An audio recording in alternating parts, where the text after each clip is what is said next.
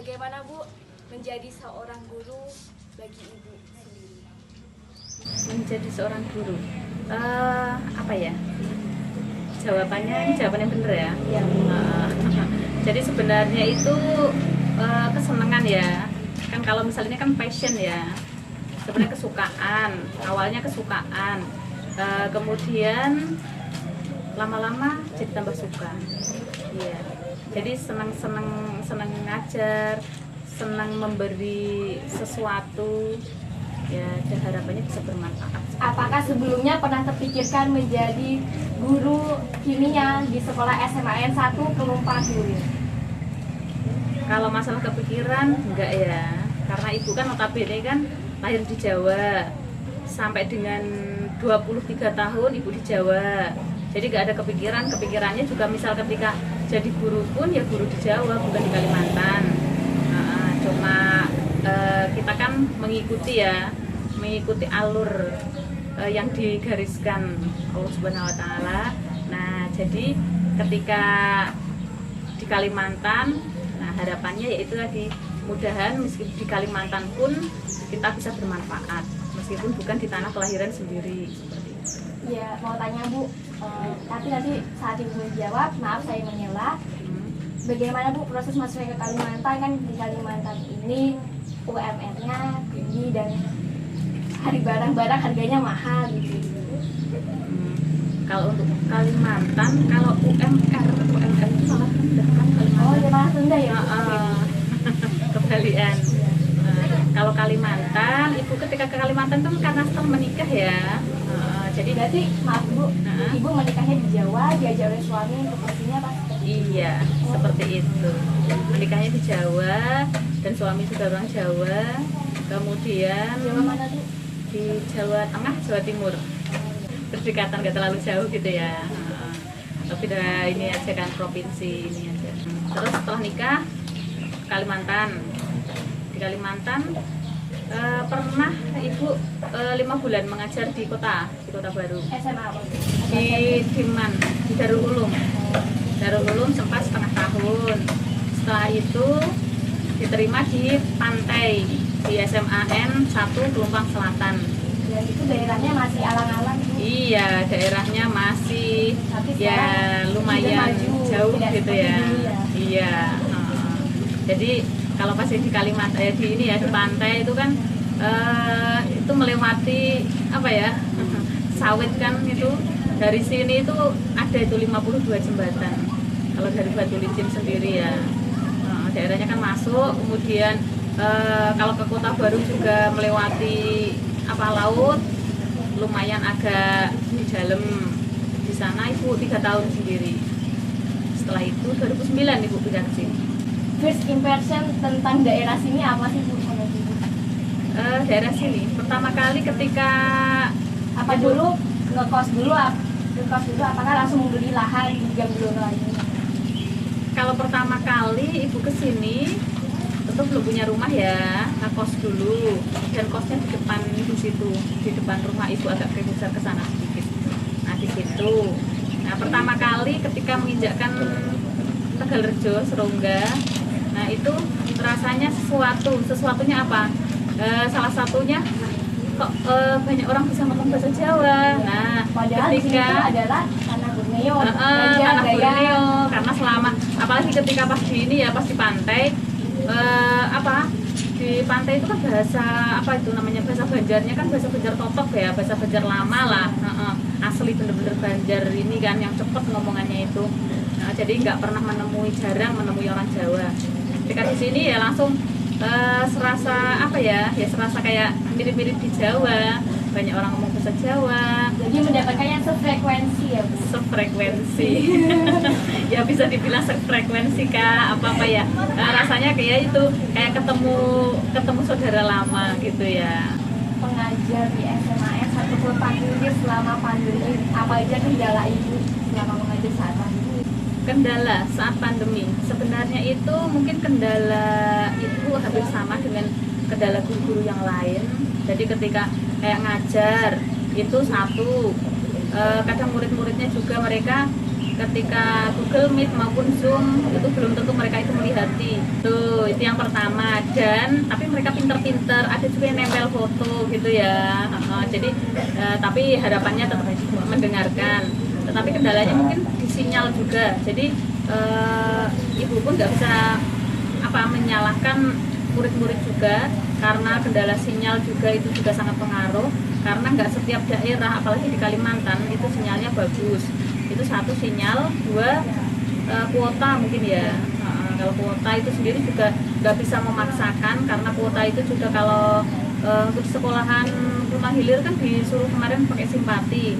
Nah sedangkan ketika mereka nggak dapat kuota dari pemerintah, mereka juga harus mengeluarkan uang yang kalau kuota simpati itu lumayan ya, kayaknya paling lumayan sendiri gitu ya. Jadi ya itu tadi nggak ada menuntut di situ. Harapannya tugas-tugas selesai. Nah tapi ya itu tadi kendalanya, ketika bilangnya tugas-tugas harus seperti penagih hutang gitu ya. Ibu bisa menceritakan nggak Bu perjalanan pendidikan Ibu? Perjalanan pendidikan sampai dengan sebelum di Kalimantan, sampai dengan usia 23 tahun berarti Ibu di Jawa. Terakhir pendidikan S1 pendidikan kimia di UIN Sunan Kalijaga di Jogja. Itu, dan sampai sekarang belum ada niatan untuk melanjutkan lagi. Kemudian sudah itu sampai dengan jadi guru dan sampai dengan sekarang. Masuk SMA tahun berapa Bu? Masuk SMA lulusannya tahun 2000. Saat ini Ibu sudah PNS. Kan kalian bertanya ini tentang kehidupan keluarga Bu. Ibu Yang mana nih? Ibu punya anak berapa Bu? Anak ibu ada 2, cowok semuanya. Jagoan ya Bu? Jagoan semuanya. Yang besar di Jawa di pondok, yang di rumah yang kecil. Ibu bagaimana Bu cara mengatasi kangennya Ibu sama anak Ibu yang berada di Jawa sana? Mengatasi kangennya, karena di pondok berarti kan nggak bisa sering-sering ini ya, nggak bisa sering-sering yang nelpon, yang kemudian video call. Karena untuk di pondoknya sudah dibolehkan nelpon, tapi nggak dibolehkan video call. Kayaknya kalau di video call itu bikin tambah kangen. Jadi biasanya telepon, sudah saling mendoakan. Berat ya Bu? Jadi seorang Ya benar. anaknya ya Bu? Bukan meninggalkan anaknya. Kalau meninggalkan anaknya kan itu yang meninggalkan anaknya. Jadi karena emang niat ya, sudah niat, intinya niat dari awal. Nah anaknya emang dipondokkan. Intinya harapannya supaya lebih baik lagi seperti itu. Bagaimana Bu cara mendidik anak versi Bumi? Kan kalau para orang tua tuh kadang-kadang menekankan anaknya, atau istilahnya sekarang strict parents gitu Bu. Kamu harus seperti ini, harus seperti itu, tidak bisa keluar dari zona nyaman kamu. Kalau untuk anak, ibu sendiri ya, dari sisi ibu sendiri, anak itu sebenarnya lebih, ibu termasuknya lebih demokratis ya, lebih demokratis. Cuma dalam artian di sini nggak kemudian yang membebaskan, sudah terserah aja kamu mau ngapain, nggak seperti itu juga.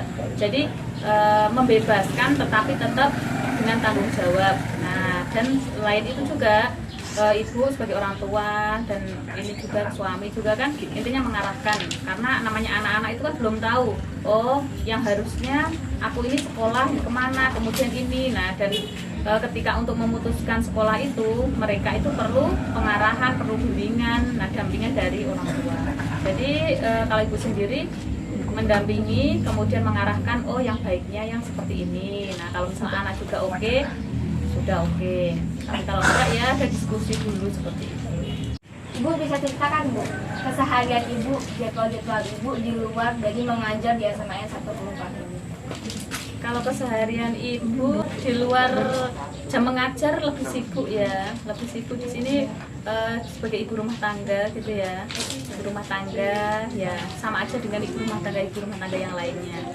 Sampai rumah seperti apa, ngurusi anak, ngurusi suami, ngurusi rumah dan lain-lain. Jadi seperti itu. Dan itu lebih sibuk daripada di sekolahan. Berarti lebih banyak waktu di rumah atau di sekolahan? Ya banyak di rumah, no. Di sekolahan kan paling 8 jam aja kan. Nah, sehari kan 24 jam. Seperti itu. Bu, PKI minta dong Bu motivasi kepada 10 unggul untuk terus mengejar pendidikan, terus mau ke sekolah. Untuk motivasi mungkin lebih yang pertama kembalikan ke niat dulu. Ya, satu kembalikan ke niat. Niat kalian sekolah itu ibadah. Nah, kemudian untuk memperoleh ilmu. Kalau niatnya belum benar dibenerin. Kalau sudah, nah berarti insya Allah baik aja. Kemudian ya selain itu juga kalian di kelas yang kompak, karena kalian akan bersama terus-terusan paling nggak sampai dengan 3 tahun. Yang akur, yang kompak kan, kalau kompak kan ketika di kelas kan jadi nyaman toh. Kalau akur itu nanti jadi kompak, dan ketika masuk kelas dengan seperti di keluarga sendiri, jadi kan terasa nyaman. Ketika kalian di kelas itu nyaman, dapat pelajaran pun lebih nyaman lagi gitu. Kemudian dan satu pesannya, dahulukan adab sebelum ilmu. Jadilah orang yang bermanfaat. Kita nggak tahu di sekeliling kita nggak usah memikirkan ketika ngapain juga orang nggak baik sama kita ngapain ini. Yang penting kita jadi orang baik, itu aja gitu. Saya suka sama kalimat ibu yang dahulukan adab Belum ilmu. sebelum ilmu. Kalau Iya. misalnya kamu pintar banget sampai S2 atau S3 tapi kamu tidak memiliki rasa hormat menghormati, contohnya nggak percuma gelar Iya. kamu itu kayak Iya, gitu. itu dia. Jadi kalau orang berilmu tapi nggak beradab, itu nanti jadinya akan sombong dan lain-lain. Intinya nggak akan bagus untuk dedikasi kepribadian orang itu. Jadi Kamu sudah berilmu, tetap rendah hati. iya, jadi adabnya duluan, insya Allah ilmu itu akan lebih cepat meresap juga.